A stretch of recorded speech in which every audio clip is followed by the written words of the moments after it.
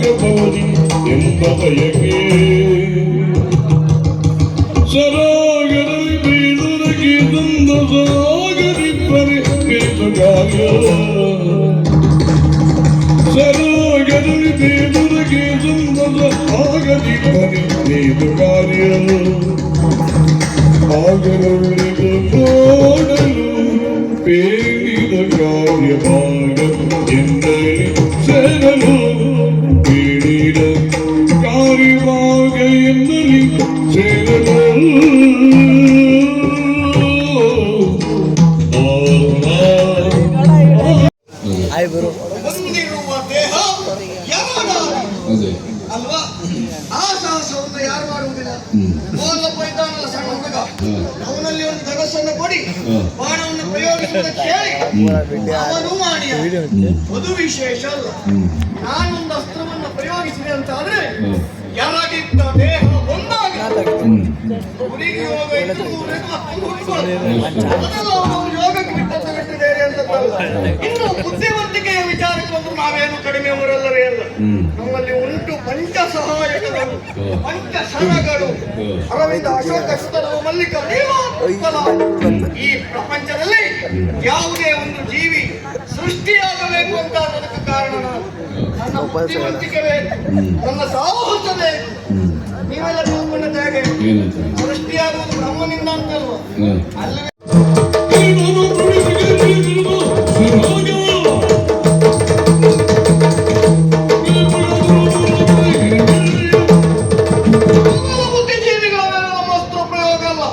ಮನುಷ್ಯ ವರ್ಗದವರ ಮಾತ್ರ ಮೇಲಾದರೆ ಅಲ್ಲವೇ ಅಲ್ಲ, ಬೀರಿದು ನಾನು ಪ್ರಾಣಿ ವರ್ಗಕ್ಕೆ. ಒಂದು ಸಂದರ್ಭದಲ್ಲಿ ನನ್ನ ಬಾಣವನ್ನು ಭಗವಾನ್ ಭಾಸ್ಕರನಿಗೆ ಪ್ರಯೋಗಿಸಿದವ ನಾನು. ನನ್ನ ಬಾಣದ ಹೃದಯ ತಾಳಲಾರದೆ ಭೂಲೋಕಕ್ಕೆ ಬಂದು ಹೆಣ್ಣು ಕುದುರೆಯೊಂದನ್ನು ನೋಡಿ ಸೇರಿದ. ಅದರಿಂದಲೇ ಅಲ್ವಾ ಶ್ರೀ ದೇವತೆಗಳು ಹುಟ್ಟಿಕೊಂಡಿದ್ದು. ನಿಜವಾಗಿ ಹೇಳಲು ವೈದ್ಯಕೀಯ ಪ್ರಪಂಚಕ್ಕೆ ಪ್ರಾತಸ್ಮರಣೀಯ ಯಾರು ಅಂತ ಕೇಳಿದ್ರೆ ಅದು ಈ ಮನ್ಮಥ. ನಿಜವಾಗಿ ನಾನು ಒಪ್ಪ ಇಲ್ಲದಿದ್ದರೆ ದೇವತೆಗಳು ಯಾರಾದ್ರೂ ಆರೋಗ್ಯವಂತರಾಗಿರ್ತಿದ್ರ? ಇಲ್ಲವೇ.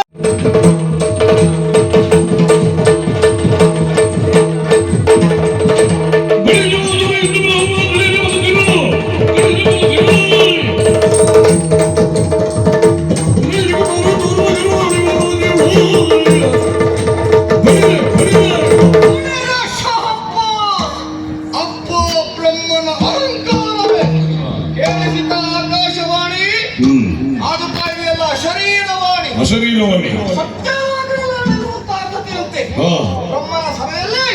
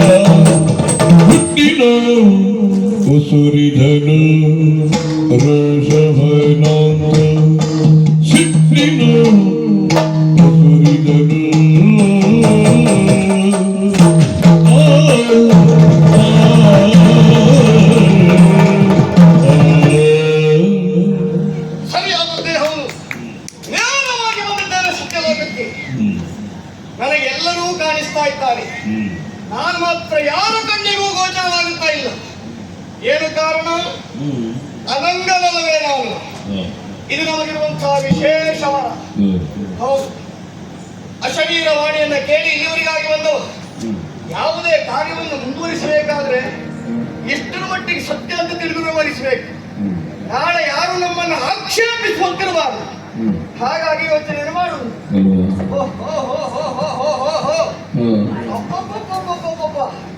ಅಡ್ಡಿಲ್ಲ, ನಮ್ಮಣ್ಣ ಬೊಮ್ಮಣ್ಣ ಒಳ್ಳೆ ವ್ಯವಸ್ಥೆ ಮಾಡಿದ್ದಾನೆ ಮಾತ್ರ. ಹೌದಪ್ಪ, ನೋಡಿದ್ರೆ ಗೋಡೆ ಮೇಲೆಲ್ಲ ಚಿತ್ರಪಟಗಳ ಸಾಲು ಸಾಲು ಸಾಲು ಸಾಲು. ಲಕ್ಷ್ಮೀನಾರಾಯಣರು ಗೋಡೆ ಮೇಲೆ ಇರಬೇಕಾದಂತೆ ಅವರಿಗೆಲ್ಲ ಅಂತಹ ಸ್ಥಳ ಅನಿವಾರ್ಯತೆ ಉಂಟು. ಯೋಗ್ಯವಾದದ್ದವರು ಇಂದ್ರನೂ ಇದ್ದಾನೆ, ವಾಯು ವರುಣ ಅಪ್ಪೊಬ್ಬೊಬ್ಬೊಬ್ಬೊಬ್ಬ ದೇವತೆಗಳು ಕೊಡಬೇಕು ಕೊಡಬೇಕು ಪಾಪ. ಅಂತವರಿಗೆಲ್ಲ ಇಂಥ ಕಾರ್ಯದಲ್ಲಿ ಕೊಟ್ಟರು ಮಾತ್ರ ಬಂತು. ಉಳಿದ ಕಡೆ ಸಿಗ್ತದೆ ಅಂತಲ್ಲ, ಇಲ್ಲಾದ್ರೂ ಒಂದು ಸಿಕ್ಲಿ. ಏನು ಕೊಟ್ಟರು ಕೊಡಬಹುದು, ಯಾರಿಗೆ? ಹಣನಿಗಲ್ಲ, ರಚಿಸಿರುವ ವಿಶ್ವಕರ್ಮನಿಗೆ. ಸಜೀವವಾಗಿ ಇರುವಂತೆ ಚಿತ್ರಿಸಿದ್ದಾರಲ್ಲ, ಎಂತ ಭಾವ ತುಂಬಿದ ಚಿತ್ರಕಾರನಿರಬಹುದು ಆತ. ಓಹೋ, ಹೀಗೆ ಸಾಲು ಮುಂದುವರಿಯುತ್ತಾ ಬಂತಲ್ಲ ಎಲ್ಲರೂ. ಇದೊಂದು ಸ್ಥಳ ಬರಿದಾಗುಂಟಲ್ಲ, ಯಾಕೆ?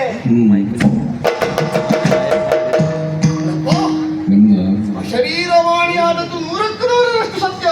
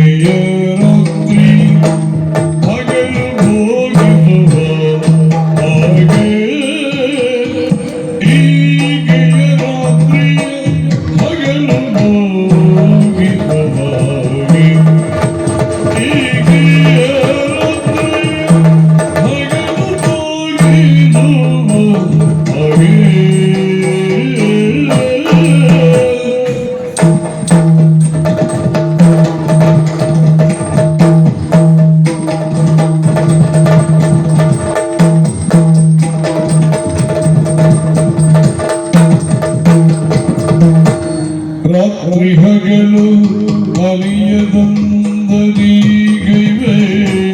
ರಾತ್ರಿ ಹಗಲು ಅಗಲದಂದರಿಗೈವೆ, ಅಗಲದಂದರಿಗೈವೆ ಎನ್ನುತ್ತಲಿಯ ಕುಸುಮದ ತೆಗೆ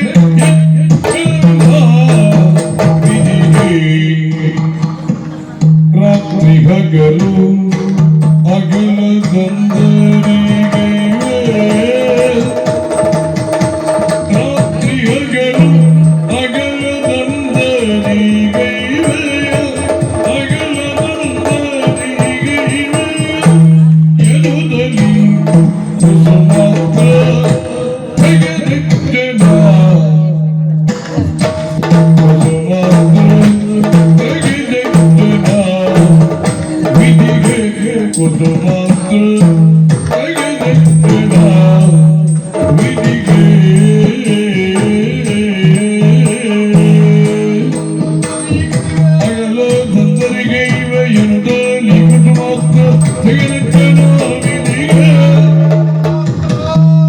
ತೆಗೆದ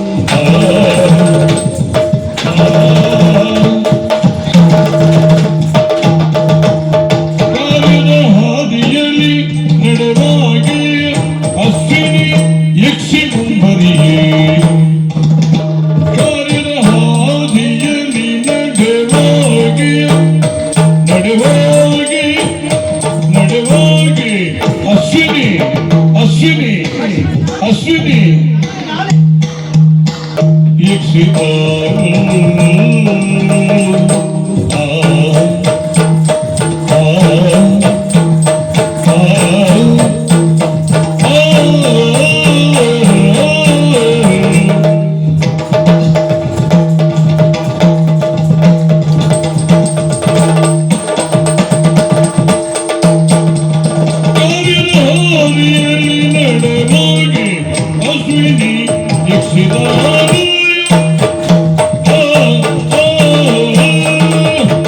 ಲೋಕಲೋಕಗಳಿಗೆ ಪ್ರಸಿದ್ಧವಾದ ಲೋಕ ಅಲ್ವೇ?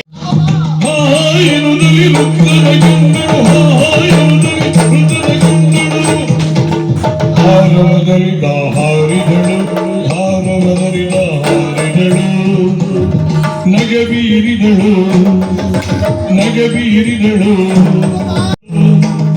ಮದ ಏರಿದಳು ಮದ ಮದ ಮದ ಏರಿದಳು ನಗಬೀರಿದಳು ಮದ ಏರಿದಳು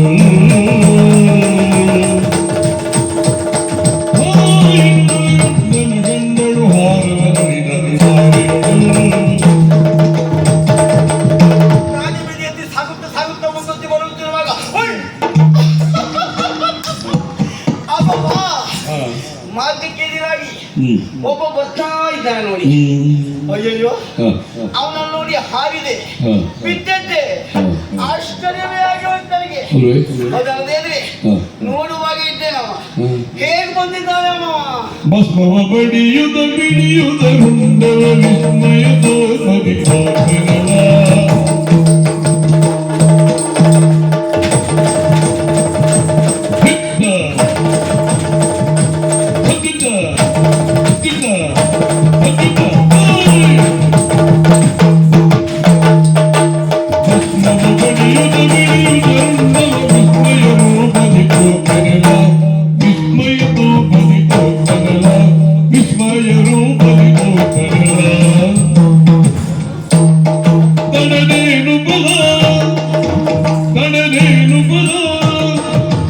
ನುಡಿಸುವೆನು ಬಲ ನುಡಿಸುವೆನು ಬಲ ನುಡಿಸುವೆನು ಬಲ ನುಡಿಸುವೆನು ಬಲ ತಡದೇನು ಬಲ ನುಡಿಸುವೆನು ಬಲ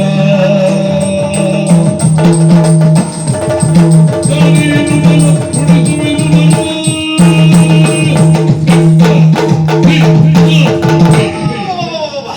ನಾನು ನೋಡ್ತಾನೆ ಇದ್ದೇನೆ ಅವನನ್ನ. ಅಷ್ಟೇ ಮಾಡಿಕೊಂಡು ಕಾಲ ಕಳೀತಾ ಇದ್ದವನು. ನೋಡೋಣ ಎಷ್ಟು ದಿವಸ ಕುಣಿತೀವಿ ಅಂತ. ಹಾಗಾದ್ರೆ ನೀನು ಯಾರಿಂದ ಹೇಗೆ ಒಳಗೆ ಬಂದೆ? ಯಾಕೆ ಬಂದೆ? ಯಾರು ನೀನು? ಹೇಳು. ಮತ್ತು ಸೂರ್ಯ ನೀಜ ಭಕ್ತಿಯೋದಾಯದ ಮತ್ತು ಸೂರ್ಯ ನೀಜ ಭಕ್ತಿಯೋದಾಯದ ನಿತ್ತು ಮಾತಾಡ ಕೊಡು ಮುಂಚೆ ಕಾಸ ಪರಿಚಯ ಹೇಳ್ಕೊಳ್ಳುವಷ್ಟಿಲ್ಲ. ಇಲ್ಲಿಯ ರಾಣಿ ನಾನು, ಯಕ್ಷರಾಣಿ. ಅಶ್ವಿನಿ ಎಂಬುದಾಗಿ ತೆಗೆದು ಹೌದೌದು, ಅಶ್ವಿನಿ. ನನ್ನ ಸಮ್ಮುಖಕ್ಕೆ ಈ ಅವಸ್ಥೆಯಲ್ಲಿ ಬರ್ತಿಲ್ಲ ನಾರಾಯಣ. ನಾನು ಹೇಳುದು ಕೇಳು. ಏನು? ನನಗೆ ಪರಿಚಯ ಇಲ್ಲ. ಹಾ, ಇದ್ದಷ್ಟೇ ಹೇಳೋಣ, ಹೇಳುವ ಶಕ್ತಿಯೂ ಇಲ್ಲ. ಏನಂತಾಯ್ತು? ಯಾಕಂದ್ರೆ ನಾನು ಭಿಕ್ಷುಕ ಅಂತ ಹೇಳಿದ್ನಲ್ಲ, ಹಾ ಹಾ ಹಾ. ಎಲ್ಲಿ ಯಾರ ಮನೆಯಲ್ಲಿ ಭಿಕ್ಷೆ ಕೊಡುತ್ತಾರೋ ಅದನ್ನು ಸ್ವೀಕರಿಸುತ್ತಾ ಹುಡುಕುತ್ತಾ ಹುಡುಕುತ್ತಾ ಇದು ಬಂದೆ. ದಾರಿಯಲ್ಲಿ ಒಬ್ಬವ ಹೇಳಿದ, ಏನಂತ? ಹೇ ಹೇ ಹೇ ಹೇ ಹೇ ಅಂತ. ಎಂತಂದ? ಹೇ ಹೇ ಹೇ ಹೇ ಹೇ ಅಂತ. ಯಕ್ಷಲೋಕದ ಮಹಾರಾಣಿ ಒಳಗೈದವರೇ. ಅದು ಹಾಗಾಗ್ತದ? ಹೌದು, ಹಾಗಾಗುದಿಲ್ಲ. ಹೀಗೆ ಮಾಡಿದ್ರೆ ಹೆಣ್ಣು ಹೆಣ್ಣು ಒಳ್ಳೇದುಂಟು ಮಹಾರಾಣಿ ಹಾಗೆಲ್ಲವಾಗಿದ್ದವ ಲೋಕದ ಅರ್ಥವನ್ನು ನಮ್ಮ ಲೋಕದಲ್ಲಿ ಅಲ್ವಾ ಎಲ್ಲ ಕಡೆಗೂ ಹೀಗೆ ಮಾಡ್ರೆ ಹೆಣ್ಣು ಅಂತ, ಹೀಗೆ ಮಾಡ್ರೆ ಚಂದ ಅಂತ. ಹೆಣ್ಣು ಎಂದೇ ಅದು ಹಾಗಾಗಬಾರ್ದು. ಹೀಗೆ ಮಾಡ್ಬೇಕಿದ್ದವ. ಹೌದಾ? ನೋಡುವ ಇನ್ನೊಂದ್ಸಲ ಹಾಗೆ ಮಾಡಿದ್ದೇನೆ. ನೀ ಮಾತ್ರ ಏನೋ ತಪ್ಪದೆ ನೋಡು. ಇನ್ನೊಂದ್ಸಲ ಹಾಗೆ ಮಾಡ್ತೇನೆ. ಆದ್ರೆ ಇನ್ನೊಂದ್ಸರಿ ಬರ್ತೀಯಾ? ಯಾರತ್ರ ಹೇಳ್ತಾ ಇದ್ದ ಕೇಳು. ಯಾರತ್ರ? ಮೂಕನೊಬ್ಬ ಕಿವುಡಿನಲ್ಲಿ ಹೇಳ್ತಾ ಇದ್ದ. ಅದನ್ನ ಕಂಡು ಕುರುಡ ನಕ್ಕದ್ದು ಅಂದ್ರೆ ಅಷ್ಟಿಷ್ಟಲ್ಲ.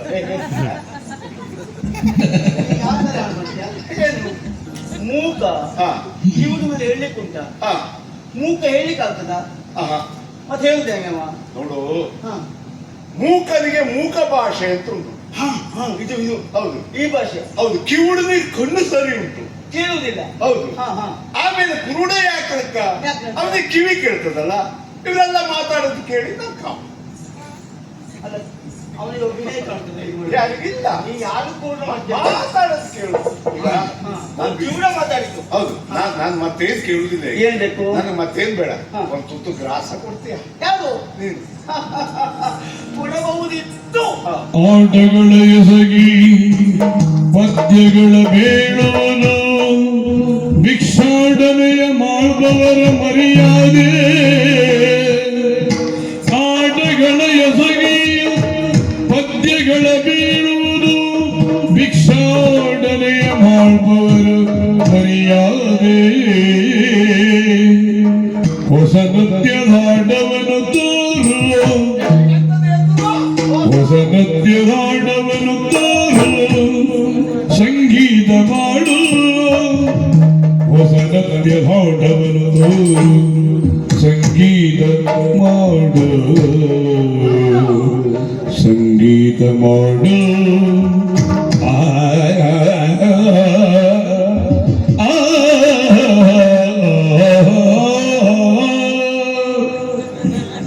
ಮತ್ತೀವೆ ನಿನಗೆ ಗ್ರಾಸ.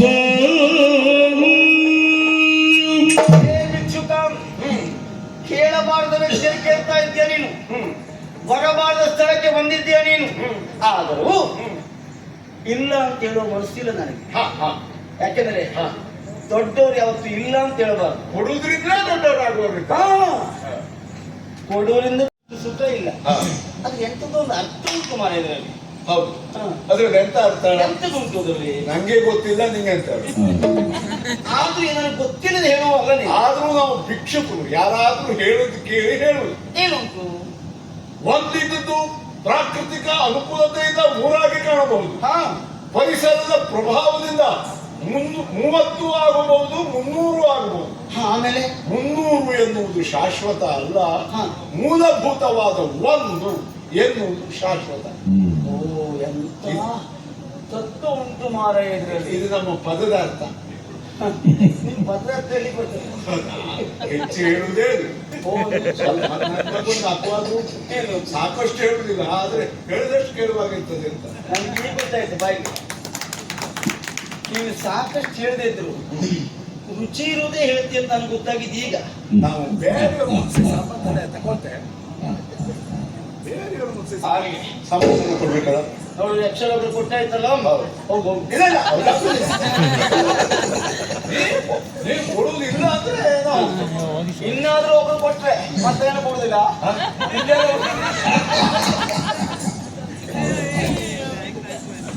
ಅರ್ಥ ನಿಂಗೆ ಕೊಡ್ರ. ನಾನು ಮಹಾರಾಣಿ. ಪದ ಹೇಳ್ಬೇಕಾ? ಪದ ಆಯ್ತು, ಮುಗಿಬೇಕು. ಹೌದು. ತಿರುಗುತ್ತ ಮೃಗ ಕಳ್ಳ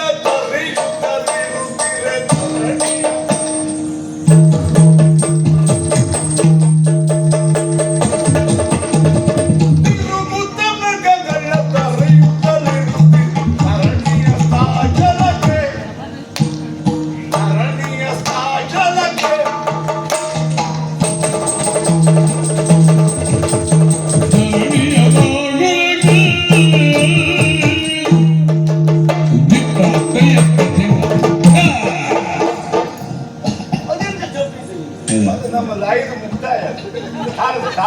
ಹಿಮಾಲಯ. ತಾಳ್ಮೆ ಮುಕ್ತ ಅಷ್ಟು ಬಿರುಸಾಗಿರ್ಬೇಕಾ? ಯಾಕೆಂದ್ರೆ ನಮ್ಮ ಲಯ ಅಂದ್ರೆ ಹಿಮಾಲಯ. ಆಯ್ತಾ? ಯಾರ ಲಯ ದಿಗಳು ಅವ್ರು ಕುಣಿತು ದಿಗಡೆ ಆದ್ರೂ ಅದೇನಿಲ್ಲ ಸಿದ್ಧಾಂತ ಭಿನ್ನತಾಗ್ರ ಸಿದ್ಧಾಂತ ಎತ್ತ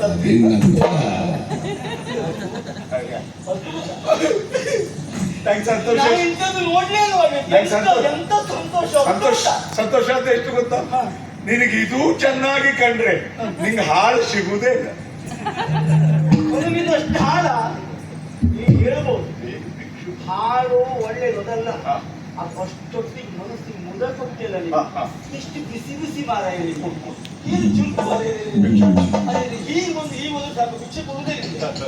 ಆದ್ರೂ ಒಂದು ನಮ್ಗೆ ಸಂತೋಷ ಆಗಿದ್ದವು ಭಿಕ್ಷೆ ಕೊಡ್ತೇವೆ ಈಗ. ಆದ್ರೆ ನಾ ಹೇಳ್ದಂಗೆ ಕೇಳಿದ್ರೆ ಏನ್ ಹೇಳು? ನೋಡು, ಭಿಕ್ಷೆ ಕೊಡುವ ಮೊದಲು ನೀನು ಕಣ್ಣು ಮುಚ್ಕೊಳ್ಳಿ. ಕಣ್ಣು ಮುಚ್ಚು, ಭಿಕ್ಷೆ ಕೊಡುವ ಮೊದಲು ಕಣ್ಣು ಮುಚ್ಚು. ನನ್ನ ಜೀವನದಲ್ಲಿ ಎಷ್ಟೇ ಹಸುವಾಗಲಿ ನಾ ಕಣ್ಣು ಮುಚ್ಚಿ ಭಿಕ್ಷೆ ಪಡುತ್ತಿಲ್ಲ. ನೋಡು, ನೀ ಕಣ್ಣು ಮುಚ್ಚುದಿದ್ರೆ ಭಿಕ್ಷೆ ಕೊಡುವುದಿಲ್ಲ ನಾನು. ಒಂದೊಂದು ಕುಲ ಇದೆ, ಎರಡು ಕಣ್ಣಿದೆ. ನಂದು ಪದ್ಧತಿ ಅಂತೆ ಒಂದು ಕಣ್ಣು ಮುಚ್ಕೊಳ್ತೇನೆ. ನಿನಗಾಗಿ ಒಂದು ಕಣ್ಣು ಕಣ್ಣು ಕಿತ್ತು ಕೈ ಕೊಡ್ತೇವೆ ಈಗ. ನಾನು ಕಣ್ಣು ಮುಚ್ಚಿ ಪಡೆಯುವುದಿಲ್ಲ. ಅದಕ್ಕಾಗಿ ಒಂದು ಕಣ್ಣು ನನ್ನ ಪದ್ಧತಿ ಮುಚ್ಚೋದು. ಎರಡು ಕಣ್ಣು ಮುಚ್ಚು. ಎರಡು ಕಣ್ಣು ಕಣ್ಣು ಮುಚ್ಚಬೇಕು, ಭಿಕ್ಷಾ ಪಾತ್ರ ಬಿಚ್ಚಬೇಕು. ಇದು ಬಿಚ್ಚುದು ಬೇಡ, ಅದು ಬಿಚ್ಕೊಂಡೇ ಇರ್ತದೆ. ಎಲ್ಲರೂ ಅನ್ನದ ಪಾತ್ರಕ್ಕೆ ಮುಟ್ಲಿಕ್ಕೆ ಬರ್ತದೆ. ಹಾಗಾದ್ರೆ ಅಷ್ಟು ಸಣ್ಣ ಅನ್ನ ಪಾತ್ರ ನಮ್ಮಲ್ಲಿ ಇಲ್ವಾ? ಭಿಕ್ಷಾ ಪಾತ್ರೆ ಬಿಚ್ಚು, ಕಣ್ಣನ್ನು ಮುಚ್ಚು, ನಿನಗೆ ಒಳ್ಳೆ ಭಿಕ್ಷೆ ಕೊಡ್ತೇನೆ. ಇದ್ಕೊಳ್ಳಿ.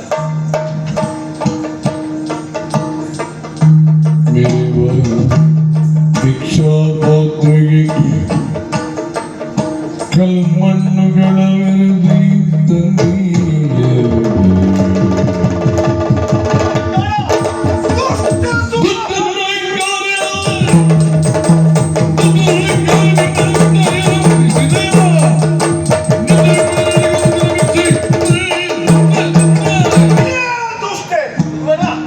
ದುರಹಂಕಾರಿ ಏನು ಸಾತ್ವಿಕ ಶ್ರೇಷ್ಠನು ಬದುಕಬೇಕಾದ ಯಕ್ಷಲೋಕ. ಅಂತಹ ಯಕ್ಷಲೋಕದಲ್ಲಿ ನಿನ್ನಂತ ತಾಮಸ ಪ್ರವೃತ್ತಿಯ ಹೆಣ್ಣು ಯಾವ ಕಾಲಕ್ಕೂ ಇರಬಾರದು. ಏನಾಯ್ತು? ಹೇಳಿದೆಯಲ್ಲ, ಬಂದ ನಾನು ಯಾರೆಂದು ಗೊತ್ತಾಗದೆ ಕಲ್ಮಣ್ಣುಗಳನ್ನು ತಂದಿದ್ದೀಯ. ತಾಮಸ ಪ್ರವೃತ್ತಿಯನ್ನ ಪ್ರಕಟಿಸಿದ ನೀನು ಭೂಲೋಕದಲ್ಲಿ ರಾಕ್ಷಸಿಯ.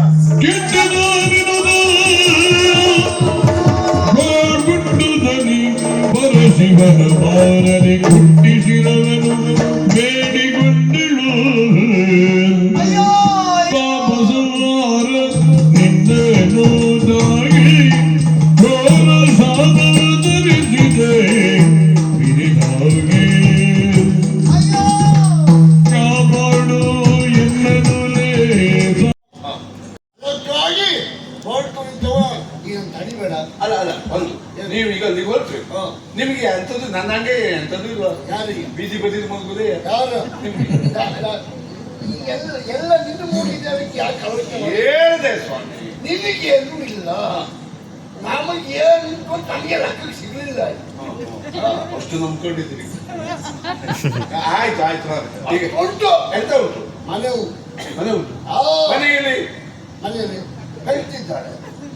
ದೇವ್ರೆ ದೇವ್ರೆ, ಯಾಕೆಂದ್ರೆ ನನಗೆ ನಿಮ್ಗೆ ಹೆಂಡತಿ ಇದ್ದಾಳೆ ಅಂದ್ಮೇಲೆ ನನಗೆ ಬಹಳ ತೃಪ್ತಿ ಆಯ್ತು. ಯಾಕೆಂದ್ರೆ ಭಿಕ್ಷೆ ಕೊಡ್ಲಿಕ್ಕೆ ಒಬ್ಬಳು ಇದ್ದಾಳಲ್ಲ, ಅಲ್ಲಿ ಹೋಗಿ ಭಿಕ್ಷೆ ಪಡಿತೇನೆ. ಸತ್ತೋಗ್ಬೇಕು ಅಂತ ಉಂಟ. ಎಂತಕ್ಕೆ ಎಂತಕ್ಕೆ? ಪುಣ್ಯಾತ್ಮ, ಎಲ್ಲರೂ ತಲೆ ಕೆಟ್ಟು ಆ ಕಡೆ ಹೋದಂತ ಇಟ್ಕೋ. ನೀನು ಹೋಗಿ ಅಮ್ಮ ಕಣ್ಣು ಸಾಕು. ನನ್ನ ಹೆಂಡತಿ ಎಲ್ಲ ಕಣ್ಣು ಬಿಟ್ಲು ಅಂತ ಆದ್ರೆ ನೀ ತಗ ತಗ ತಗ ತಗ ದೈತ್ಯ ಹೋಗ್ತೀಯ. ಅಂತ ಆದದ್ದಲ್ಲ, ನೀವು ಪುಣ್ಯ ಮಾಡಿದ್ದೀರೋ ಪಾಪ ಮಾಡಿದ್ದೀರೋ ಗೊತ್ತಿಲ್ಲ. ಯಾಕೆ? ನಿಮ್ಮ ಹೆಂಡತಿ ನೋಡಿದ್ರೆ ಸುಟ್ಟು ಹೋಗ್ತಾರೆ. ಮದುವೆ ಆಗಿ ಇಷ್ಟು ವರ್ಷಕ್ಕೂ ನಿಮ್ಮ ಹೆಂಡತಿ ನಿಮ್ಮನ್ನು ನೋಡ್ಲೇ ಇಲ್ವಾ? ಪರಮ ಪತಿವ್ರತೆ ಆಕೆ. ನಾನು ಈಯನ ಹೊರತು ಪರ ಪುರುಷರನ್ನ ಕಣ್ಣೆಚ್ಚು ನೋಡುವಳಲ್ಲ. ಅವಳ ಪತಿವ್ರತ ಪ್ರಭಾವದಿಂದಲೂ ಆ ಭಾವಿಸದೇನು ಗೊತ್ತಾ, ಈ ಕೆಲವು ಅಮಾವಾಸ್ಯೆ ಹುಟ್ಟಿದವ್ರು ಕೊಂಡು ಕೆಟ್ಟಿತ್ತು ಅಂತ ಹೇಳ್ತಾರೆ. ಈ ಚೆನ್ನಾಗಿ ಮಾವಿನ ಹಣ್ಣು ಅದು ಮರ ನೋಡಿದ್ರೆ ಸಾಕು ಅಷ್ಟು ಹುಳ ಹಾಕಿ ಕೆಳಗೆ ತುಂಬಿ ಬಾವಿ ನೋಡ್ರೆ ಸಾಕು ನೀರು ಬತ್ತಿಯೇ ಹೋಗ್ತದೆ. ನಿಮ್ಮ ಹೆಂಡತಿ ಕೊಂಡು ಹಾಗೆ ದೇವತೆ ಅವರು ನೋಡೋ. ಈಗ ನೀನು ಆ ಕಡೆ ಹೋಗು ಮಾತು ಆಚೆಗೆ ತಡೀರಿ. ಈಗ ಕೊಡ್ಲಿಕ್ಕೆ ನಿಮ್ಮ ಹತ್ರ ಇಲ್ಲ, ನಿಮ್ಮ ಹೆಂಡತಿ ಇದ್ದಲ್ಲಿ ಹೋಗ್ಬಾರ್ದು ಭಿಕ್ಷೆ ಪಡಿಲಿಕ್ಕೆ. ಹೋಗ್ಬಾರ್ದು. ನಿಮ್ಮನ್ನೇ ನಂಬಿ ಬಂದಂತ ನನಗೆ ನಿರಾಶ್ರಯವೇ ಗತಿ. ವಂಚನೆಯ ಮಾದಲ್ಲ ತಿರುಗಿನ ಬರುವುದಕ್ಕೆ ನಿಂದಿರು ವಂಚನೆಯ ಮಾದಲ್ಲ. ಏನು ನಿಮ್ಗೆ ವಿಷಯ ಸಿಕ್ಕಿದ್ಯಾ? ಏನು ಬೇರೆ ಬೇರೆ ಕಡೆ ಎಲ್ಲರೂ ಮಳೆ ಬಂದಿದೆ ಅಂತ ಇವತ್ತು. ಇಲ್ಲಿ ಯಾಕೆ ಬರ್ಲಿಲ್ಲ? ನೀವು ಬರ್ತೀರಿ? ಹೌದಪ್ಪ, ನೀವು ಬರುವ ನಿರೀಕ್ಷೆ ಗೊತ್ತಾಗ್ತದೆ. ಹೌದಪ್ಪ, ಮಳೆ ಬರಲೇಬಾರದು ಅಂತ ಹೇಳಿದೆ. ಹೌದು. ಆದ್ರೆ ಒಳಗೆ ಆಶ್ರಮದಲ್ಲಿ ಯಾರು ಹೇಳ್ತಾ ಇದ್ದಾರೆ ಅಮ್ಮ ತುಂಬಾ ಸೆಕೆ ಆಗ್ತಾ ಉಂಟು ಅಂತ. ಅದಕ್ಕೆ ಹೇಳಿ ಒಂದು 4 ಹನಿ ಬರುದಿದ್ರೆ ಬರ್ಲಿ, ಜಾಸ್ತಿ ಒಂದು ತೊಂದರೆ ಕೊಡ್ಲಿಕ್ಕಿಲ್ಲ ಅಂತ ನಾನೇ ಆಜ್ಞೆ ಮಾಡಿದೆ. ಇದೆಲ್ಲ ನಡೆಯುವುದಲ್ಲ ನಿಮ್ಮ ಯೋಗ್ಯತೆ. ನನ್ನಿಂದಲೇ ಇಷ್ಟು ಹೊತ್ತಾದ್ರೂ ಮಳೆ ಉಂಟ ನೋಡಿ. ಇಲ್ಲ ಎಂತದಲ್ಲ ಸ್ವಾಮಿ, ಸೂರ್ಯ ನಾಳೆ ಬೆಳಿಗ್ಗೆ ಬರಬೇಕು ಅಂತ ಆದ್ರೆ ನನ್ನ ಪತಿವ್ರತ ಧರ್ಮದ ನೆನಪರುವುದು. ನಿಮ್ಮ ಕರುಣ. ಹೌದಪ್ಪ, ಭೂಮಿ ಹೇಗೆ ಸುಸ್ಥಿತಿಯಲ್ಲಿ ಇರಬೇಕು ಅಂತ ಆದ್ರೆ ನನ್ನ ಪತಿವ್ರತ ಧರ್ಮ. ಏನಾಗಬೇಕಿದ್ರು ನಾನು ಇಲ್ಲದೆ ಇದ್ರೆ ಎಂತಕ್ಕೂ ಆಗುದಿಲ್ಲ. ಹೌದಪ್ಪ. ಅದಂತ ಈಗ ಕೇಳ್ತೀರಾ?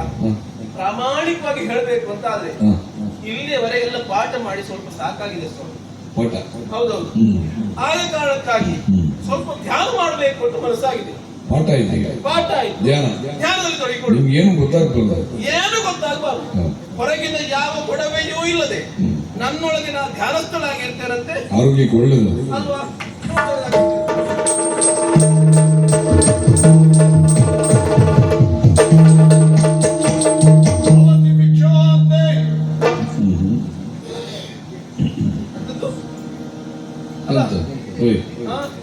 ಕಂಡ್ಬಿಟ್ರೆ ಎಂತ ಬಿಟ್ರಲ್ಲ ಸ್ವಾಮಿ, ಬಿಟ್ಟಿಲ್ಲ. ಒಂದು ಒಳ್ಳೆಯ ರೀತಿಯಲ್ಲಿ ಧ್ಯಾನ ಮಾಡ್ಲಿಕ್ಕೂ ಬಿಡುದಿಲ್ಲ. ಅದೇ ಒಂದು ಕೂತ್ಕೊಂಡು ಧ್ಯಾನ ಮಾಡುವ, ಬೇರೆ ಎಂತ ಮಾಡ್ಲಿಕ್ಕೆ ಬಿಡಿ, ಕೊನೆಯ ಪಕ್ಷ ಧ್ಯಾನ ಮಾಡ್ತಾದ್ರೂ ಮಾಡುವಂತ ಹೇಳಿದ್ರೆ ಅದಕ್ಕೂ ಒಂದಿಲ್ಲ. ಈ ಬೇಡುವರ ಹಿಂಡಿಗೆ ಬರಗಾಲ ಇಲ್ಲ ಸ್ವಾಮಿ. ಹೌದಪ್ಪ, ಸೋಮವಾರ ಅಂತಿಲ್ಲ, ಶುಕ್ರವಾರ ಅಂತಿಲ್ಲ, ಅವತ್ತು ಭಿಕ್ಷಾಂದೇಹಿ ಅಂತ ಬಂದಿದೆ. ಯಾಕೆ? ನಾನಿದ್ದೇನಲ್ಲ ಕೊಡ್ಲಿಕ್ಕೆ. ನನ್ನ ಪ್ರಚಾರ ಎಲ್ಲೆಲ್ಲ ಉಂಟು ನನಗೆ ಗೊತ್ತಿಲ್ಲ. 7 ಊರು ಬಂದು ನನ್ನಲ್ಲಿ ನೋಡಿ ಬಂದ ಹಾಗಂತ. ಈಗ ನಾ ದೃಷ್ಟಿ ನೆಟ್ಟವಾಗಿ ಹಾಯಿಸಿದ್ರೆ ನಾವೆಲ್ಲ ಸತ್ತು ಹೋದ್ರೆ ಅಲ್ವಾ? ನಾವು ಜಾಗ್ರತೆ ಮಾಡಬೇಕು. 2 ದೃಷ್ಟಿಯಿಂದ ನೋಡ್ಲಾ, ಒಂದು ದೃಷ್ಟಿಯಿಂದ ನೋಡ್ಲಾ?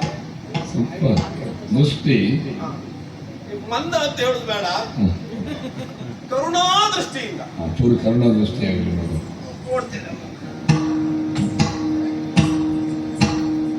ನವಮೋಹನ ಕದಿಯ ನೋಡಿ ಅಮಮೈವ ಎಂತವನು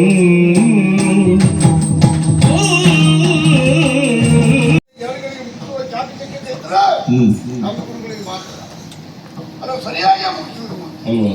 ಏನಾದ್ರು ಮನದಿ ಕುಮ್ಮುದೇ ನಿರೀಕ್ಷೆಯಲ್ಲಿರಬಹುದು.